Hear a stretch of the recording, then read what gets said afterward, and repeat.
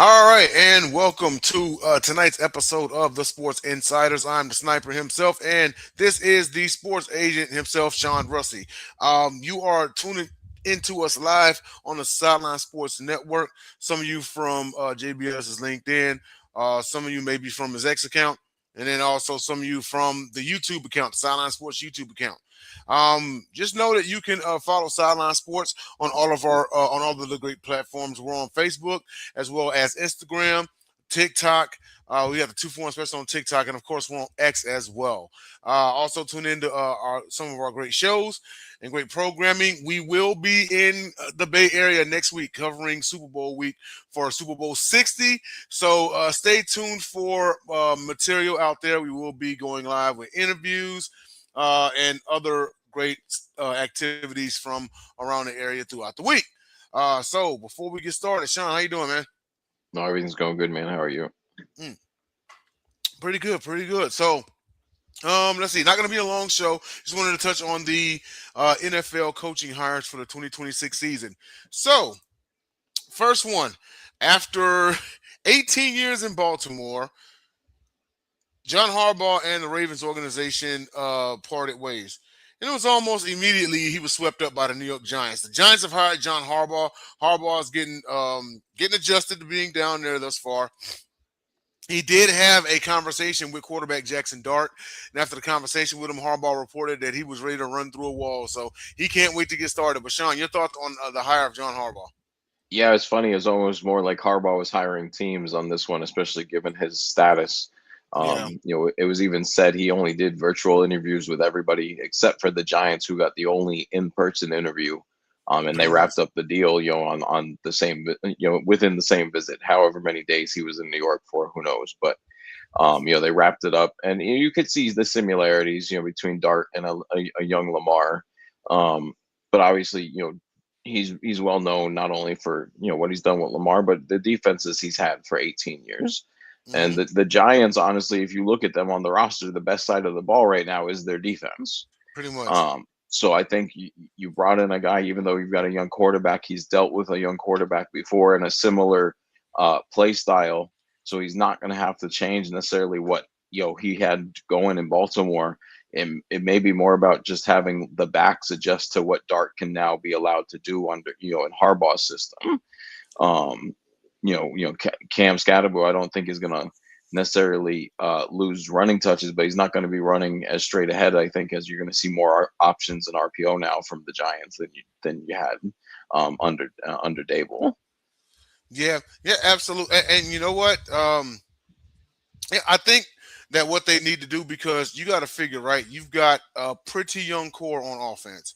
But when he gets healthy, I mean, there's no denying that potential triple threat of Malik Neighbors, Cam Scatterbo, and Jackson Dart.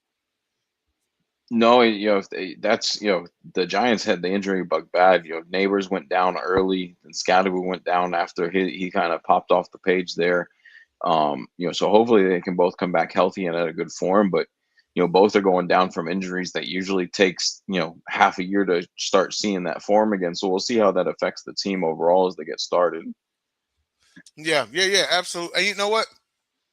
This actually leads to my next one. So this was supposed to be toward the end, but I moved it up to next for a reason. It's because when John Harbaugh got hired by the Giants organization, it was expected that he was going to bring offensive coordinator Todd Monken with him to New York. But something changed. Something happened. And I'll be honest, I haven't kept up on the reports or anything like that. I look up and all of a sudden I see the Browns have hired offensive coordinator Todd Monken. Him and Harbaugh had formed quite the team out there in Baltimore, and I don't know if it was, and maybe you have a bit of an inside tip there, Sean. But Todd Monken is going to be the new offensive coordinator for the Cleveland Browns.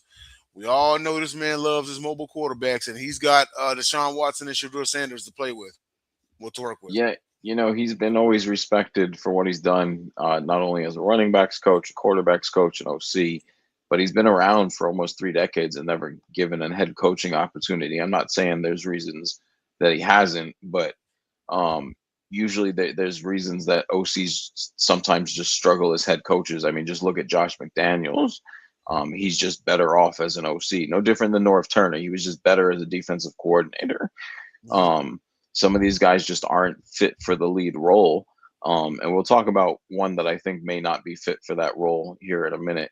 But it was a surprise not only because of him obviously thinking it's going to be an easy follow to Harbaugh in terms of once Harbaugh signed in New York, but this is now the second time the Lions have passed over defensive coordinator Jim Schwartz.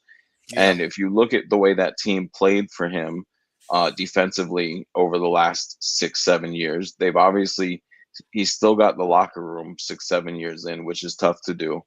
Um, More so than that, he was passed over in house for Stefanski hire, and now he's been passed over again. So Schwartz walked out of the building. Now he is under contract, but obviously, if he's saying I'm out, they're going to have to hire a defensive coordinator. Whether they actually release him from the contract and pay two DCs this year is kind of up to them. I don't think they'll hold on to him like that. I think there's some understanding why he would obviously be upset after showing loyalty the last time he was passed over. Um, but that really, for me, was what came out of it. It was like, wow, they passed over him again after that defense has been yeah, arguably points against top five year in and year out, outside of maybe one or two outlier years with Schwartz in the 7 years. yeah. And the And Browns still don't have a head coach. yeah, the losses have not really ever been on that defense since he's gotten there. Garrett as well. They've not had good quarterback play. They turn the ball over. They leave the offense, the other offense with short fields. So it becomes one of those things where it's really not a defensive problem in Cleveland. It's an offensive identity problem, like it's been for God knows how long. True. Yeah, indeed. I mean, and the fact that they wouldn't promote him, and Jim Schwartz has been a head coach before. Yeah, that is, and And we you've see already, why. so you have familiarity with the young players in house, familiarity with Sanders. He can go hire someone to be his OC. I don't know if that would have been Monken if he had gotten the job in the reverse role here. But I think you go find someone that fits Sanders, not necessarily just the guy who worked with Lamar, because I think Sanders is a different quarterback altogether in terms of the time he needs. I actually would have rather seen Cleveland go defensive, bring in a veteran, let Shador learn for a year or two. But Mhm. I think with this hire, obviously they're going to go full on with Shador unless they do something in the draft here. Yeah, the crazy part about it is that was kind of the intent last year because remember, Shador was third on the depth chart, Gabriel was second, and they did have that old veteran Flacco. He was the starter. Then he left for Cleveland. Now you're left with all youngsters on the roster. I mean, not counting Deshaun Watson, who will come and reclaim his spot next season. Yeah, it'll be interesting to see what happens there because they really can't do much with that contract in terms of moving off of it. Yeah, true, true. Well, we'll move on to our next one. So speaking of ex-Browns head coaches, the Atlanta Falcons have hired Kevin Stefanski. This is an interesting move. I'm actually curious to see what he does with that offense. He's going to, well, he'll have the likes of Drake London and Bijan Robinson at his disposal. But I mean, and the defense is a little more better than advertised. Also, the only thing is, and it doesn't matter who was hired at head coach in Atlanta. The question is going to be about the quarterback. Is Penix the guy, or do you turn back to Cousins? And I think this move they may actually do that for the year. I believe this is Cousins last year the deal now finally. So if they don't move him or cut him beforehand, and I don't think they will because Stefanski and him played well together in Minnesota. Um, so I think you're going to see Cousins start for a year. They're gonna sit Penix again. And let him learn the new system instead of making him learn it on the fly. They're going to let him learn it under Cousins, who already knows it. Um, and then I think they'll move on from Cousins next year, and then let finally Phoenix finally take over in full. He showed some flashes, but when again when you got a young quarterback and a defensive coach, it's hard if they pick the wrong OC. And the crazy part about it is it's not he showed some flashes. It's not like he doesn't have the ability, but in the last there was a stat that me and Dom on the Gauntlet had talked about.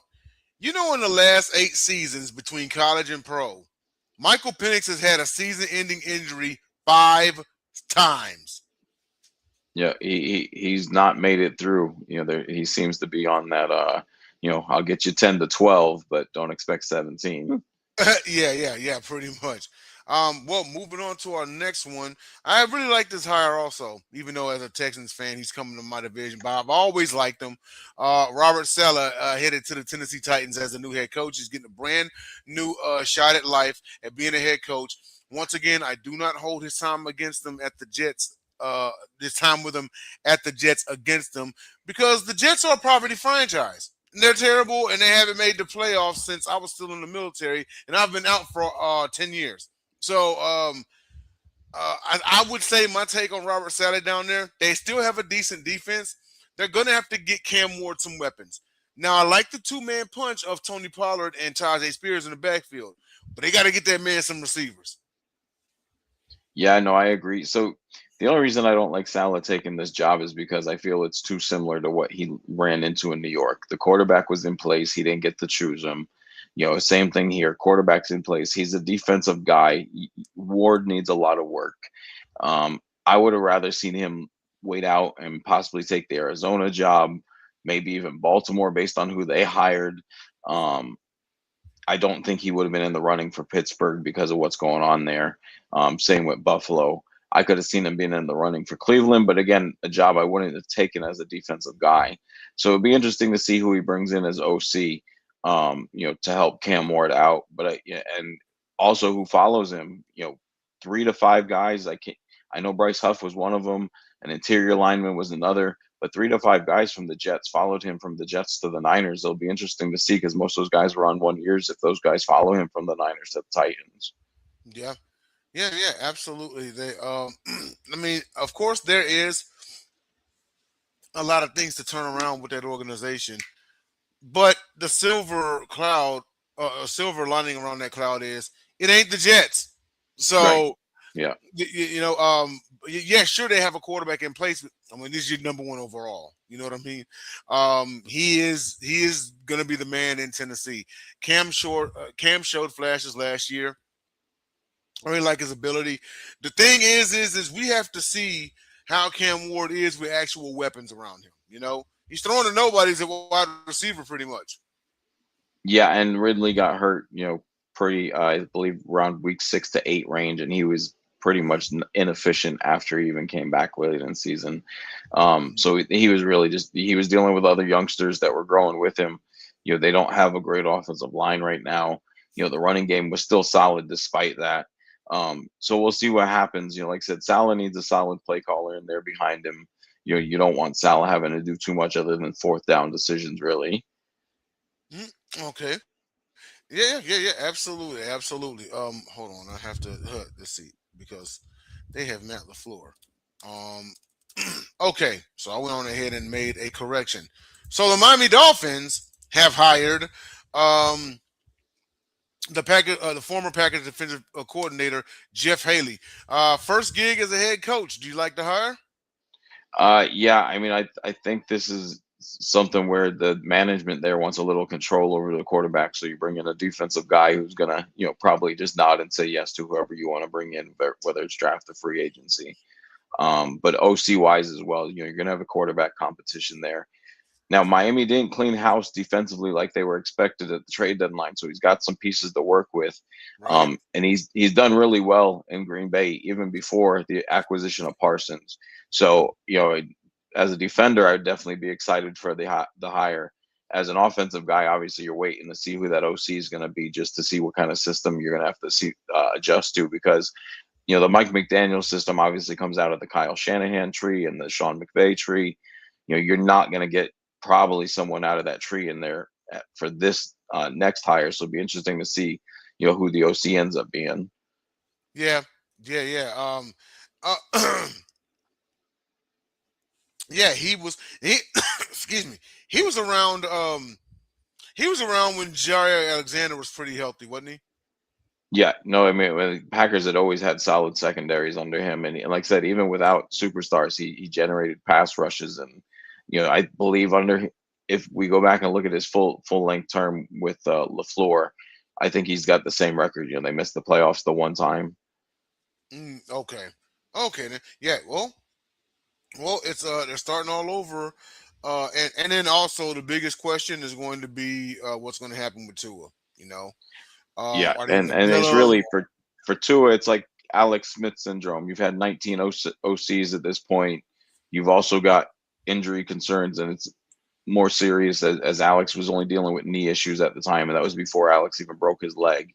Right. But Tua, you've got the concussion problem, and it's like how many more is he going to take before he just he takes a concussion week 3 and in the middle of week 3 and 4, hey, I'm retired now, like I'm done. Yeah. Um, I mean, and that's a scary injury history to have is the amount of concussions he takes, and it seems to be one or two a year at this point. Right. Right. Okay. Then. Yep.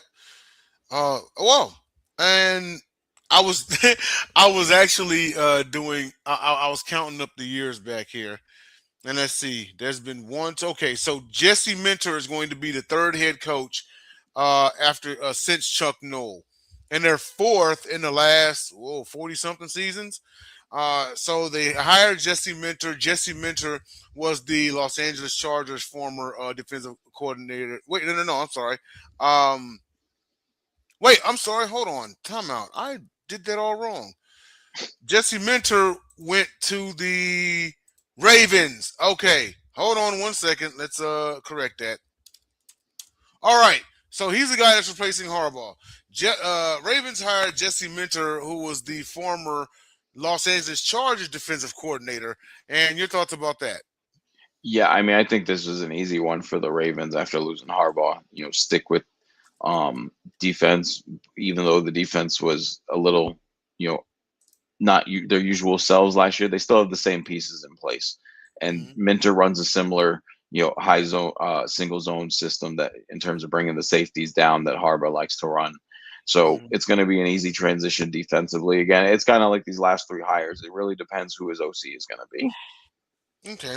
Yeah, absolutely. I mean, we know that and keep in mind that under Jesse Minter for the last two seasons, the Chargers have had a top five defense. Now, if I'm not mistaken, I believe just 2 or 3 short years ago, the Baltimore Ravens had the number one defense in the NFL. You know, so Yep. it very well could be that, and also because you figured their defense was kind of injury riddled and depleted last season. They did get healthy a little bit, and then of course they got on the winning streak, got a little bit better and everything. But I expect the Ravens defense to be a top five defense once again this season under Jesse Minter.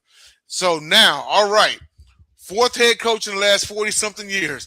The Pittsburgh Steelers have hired former Packers and former Cowboys coach Mike McCarthy.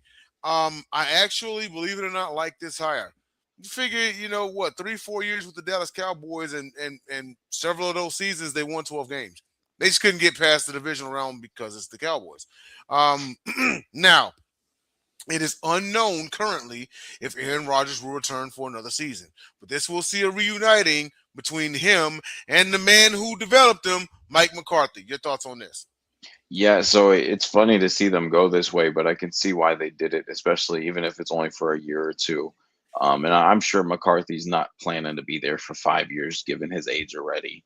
And just given their history, I was kind of surprised they went this way because you figured they were going to put someone in that seat that they could potentially have in there 10, 15, 20 years, like the previous three have been. McCarthy, obviously at 60 plus years old already, I can't see him going 20 years. You'll be talking Parcells on the sideline at that point. Mm-hmm. Um, and it's a good fit, I think, for what they have roster wise and what they want to do. And obviously they were very competitive, even though, what were they, 10-7, 9-8, 10 and somewhere 7. right there, Yeah. but if you can get to the playoffs with a system that's been familiar to your quarterback for the last decade, maybe the results will be a little bit different this time around. A lot will depend on what they do in free agency. Maybe McCarthy and Rodgers being back together draws some former Packers to the Steelers for this season. But overall, it was a little bit of a head scratcher for me because I would have rather seen you bring in someone that's going to build off this when Rodgers leaves. Because I think when Rodgers leaves, it's probably tied to McCarthy leaving a year or two later. Um, And that was just, I think, just outside of character for the Steelers in terms of their typical long-term hires. But I like it in the short term for sure. Yeah, I actually thought that Rodgers was going to be going with Tomlin. Yeah, don't forget Rodgers loved Tomlin. You know, um, I was one of the first ones like, okay, if Tomlin's gone, Rodgers is going to retire. Rodgers is not going to go to another team at his age and learn a whole nother system. And Then here comes Mike McCarthy. You figure, right? I'm And it's sure like, that played in. I'm sure they asked him, Aaron, what would make you stay? And he's probably said, hey, if you can talk Mike McCarthy into coming here, yeah, then, I'll stay at least another year. okay, yeah, yeah. Definitely a theory that's worth throwing around there.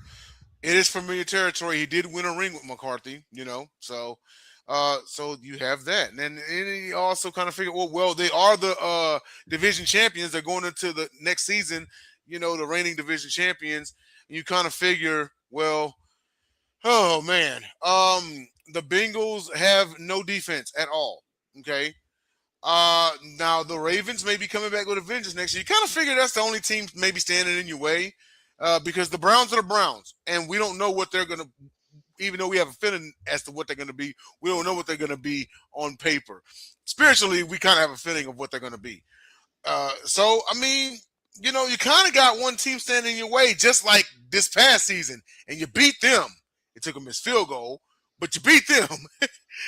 So I No, would I like think this. for me, it's really, can they fine tune this version of Rodgers who can't get it down as far the field as it used to with the Packers? I know he's still got, the cannon in terms of the medium stuff, but he was he was tentative on pushing it, down the field in terms of long passes. It was a lot of intermediate stuff, a lot of bubble screens, a lot of dump offs, and let DK run for 25, 30 yards, a lot of quick slants. So it'll It be was. interesting to see how much more they cater it towards, this new version of Rodgers that really he can't move too much in the pocket. It's got to be 1, 2, 3 and get it out. Um, Yeah. you know, unless you do, some max protects from him. And that's what we saw really in the last two games is them leaving the tight end in or going two tight ends and leaving one in. Because, Yeah. to expect Rodgers to get out of the pocket at this point consistently, I'm not saying once in a while he can't do it, but expect him to do it consistently for 4 quarters, is too much to be asking of him.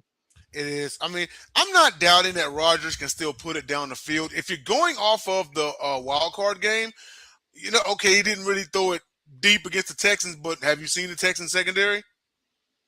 Yeah, no, I mean, again, the So wild card game, but that's pretty much was their strategy the second half of the season. I don't know if maybe he had a shoulder injury that they didn't disclose, but they definitely went to dink and dump, from about week 10. And it worked because they turned their season around doing that. they did. They did. They absolutely did. And so, oh, and then last but not least, the Bills promote offensive coordinator Joe Brady to head coach. I am actually um kind of excited to see what comes of this. Joe Brady was the offensive coordinator of the record-setting 2019 LSU national championship team with Joe Burrow. So you figure he's already had Burrow, right? He's had Jamar Chase, he's had Justin Jefferson, he's had all of them. I know it was college, but considering who they are right now, he's worked with superstars before, okay?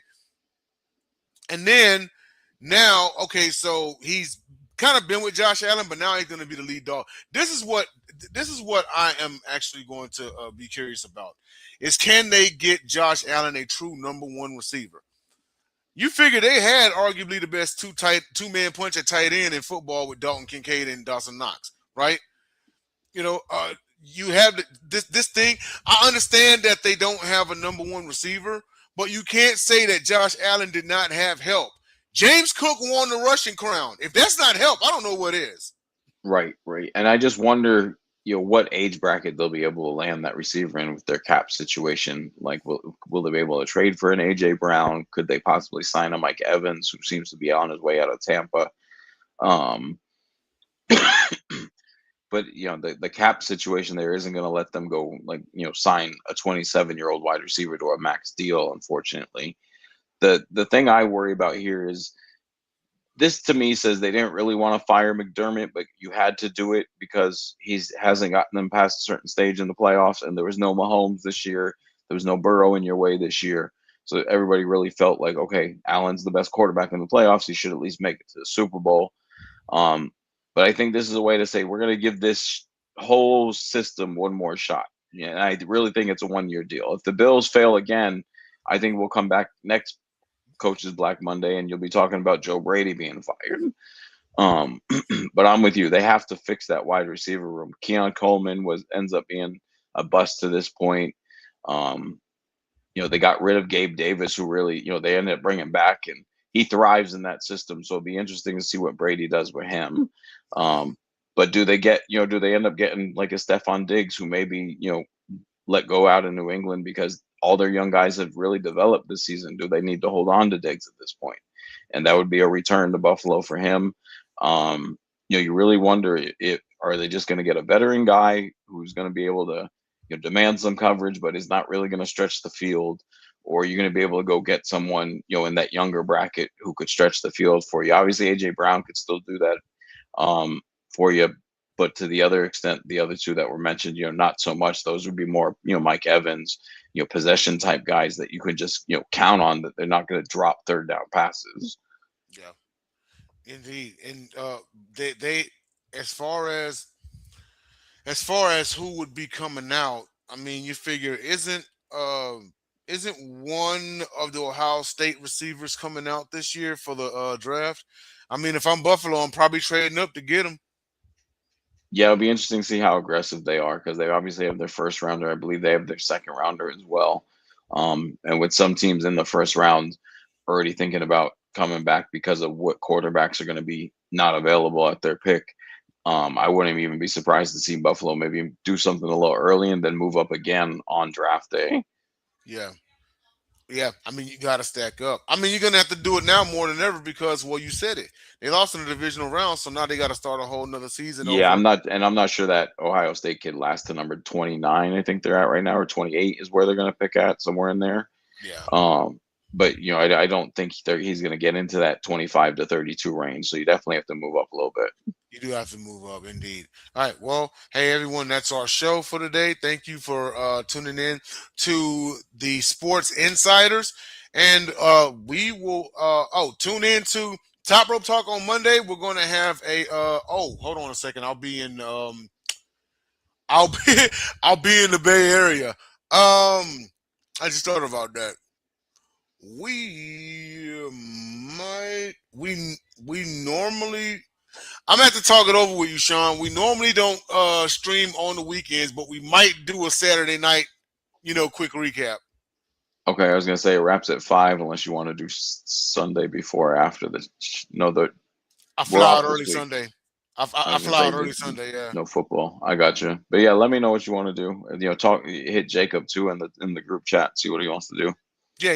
Absolutely. Oh, hey, ladies and gentlemen, thank you and like I said, next week the crew will be in the Bay Area, so tune in to the Sideline Sports Network for Super Bowl 60 week coverage. We're out of here.